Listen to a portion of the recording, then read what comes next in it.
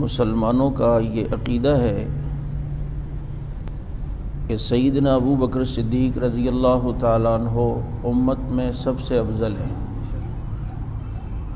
افضلیت صدیق اکبر یہ اہل سنت کا عقیدہ ہے کہ تمام صحابہ کرام میں سیدنا ابو بکر صدیق رضی اللہ تعالیٰ عنہ کا کوئی ثانی نہیں ہے۔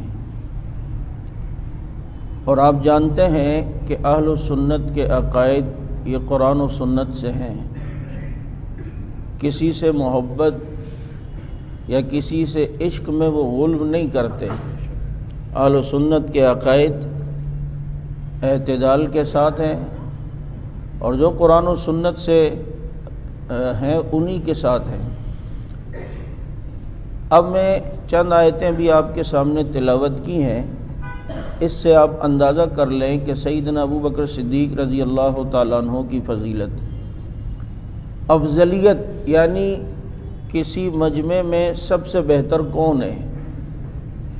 ہو سکتا ہے سارے ہی بہتر ہوں، لیکن بہتر ترین کون ہے جو سب سے بہتر؟ تو اس کے لیے پہلی کسوٹی اللہ رب العزت نے دی کہ یرفع اللہ الذین آمنوا منکم والذین اوتوا العلم درجات، کہ ایمان والوں کو اللہ رب العزت نے بلند بنایا اور ان کے درجے بہت اللہ نے اونچے رکھے، اور جو علم والے ہیں ان کے لیے تو درجات ہی درجات ہیں۔ تو پہلی کسوٹی ایمان ہے کہ ایمان والوں کا درجہ اللہ نے سب سے پہلے بنایا۔ اس کسوٹی پر جب ہم صدیق اکبر رضی اللہ تعالیٰ عنہ کو پرکھتے ہیں تو آپ جانتے ہیں کہ نبی پر سب سے پہلے ایمان لانے والے ابو بکر صدیق ہیں،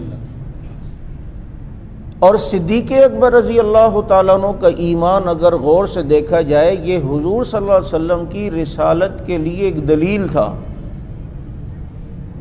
دیکھیں حضرت علی بھی ایمان لائے، حضرت ختیجہ بھی ایمان لائیں، لیکن حضرت علی چونکہ نبی کی پرورش میں تھے اور بچپن میں ہیں اور چھوٹے ہیں، اب بچے کا ایمان لانا یہ باہر والوں کے لیے وہ معیار اور کسوٹی نہیں ہوتا، کیونکہ وہ کہہ سکتے ہیں بھائی گھر کا آدمی ہے، انہی کے پاس پلا ہے، وہ ایمان نہیں لائے گا تو اور کون لائے گا؟ اور عام طور پر بچوں کی بات کی طرف انسان وہ دھیان نہیں دیتا ہے کہ آدمی کوئی اپنے مقصد کو لے کے جائے اور کہے کہ جی 7 سال کا بچہ بھی دیکھو مجھے مانتا ہے، تو اگلا کیا کہے گا؟ یار کوئی ایسا آدمی پیش کرو جو بچہ نہ ہو۔ تو اب معیار اچھا پھر عورت حضرت ختیجہ ایمان لائیں جو نبی کی بیوی ہیں، تو کوئی یہ کہہ سکتا تھا کہ بھائی بیوی ایمان نہیں لائے گی تو اور کون نہ ایمان لائے گا؟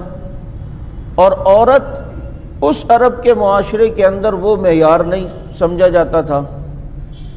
تو صدیق اکبر جو ایمان لائے نا تو وہ ایک تو بڑی عمر کے عالم بھی ہیں کہ سارے مکے والوں کو پتہ تھا کہ نسب اور شجرہ اور جناب انساب کے معاملے میں صدیق اکبر سے بڑا عالم کوئی نہیں ہے۔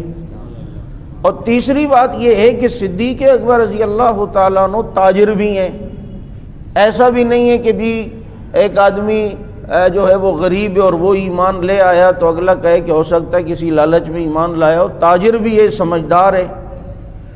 چوتھی چیز یہ ہے کہ مکے کے بہت سارے معاملات کے اندر صدیق اکبر رضی اللہ تعالیٰ عنہ کو فیصلے کے لیے چنا جاتا تھا۔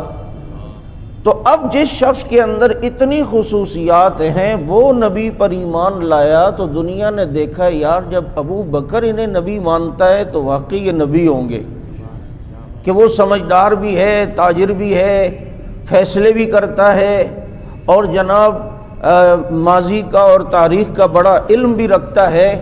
تو صدیق اکبر رضی اللہ عنہ جب ایمان لائے نا یہی وجہ ہے کہ ان کے بعد پھر حضرت عثمان ایمان لے آئے، ان کے کہنے پہ طلحہ ایمان لے آئے، حضرت زبیر ایمان لے آئے، اور لوگ دیکھ رہے تھے کہ یار ابو بکر جب ایمان لایا ہے تو یہ دلیل ہے کہ واقعی یہ نبی ہوں گے۔ تو صدیق اکبر رضی اللہ تعالیٰ عنہ نبی کی رسالت کے لیے ایک دلیل کی حیثیت رکھتے ہیں، ان کا ایمان ایک دلیل کی حیثیت رکھتا ہے۔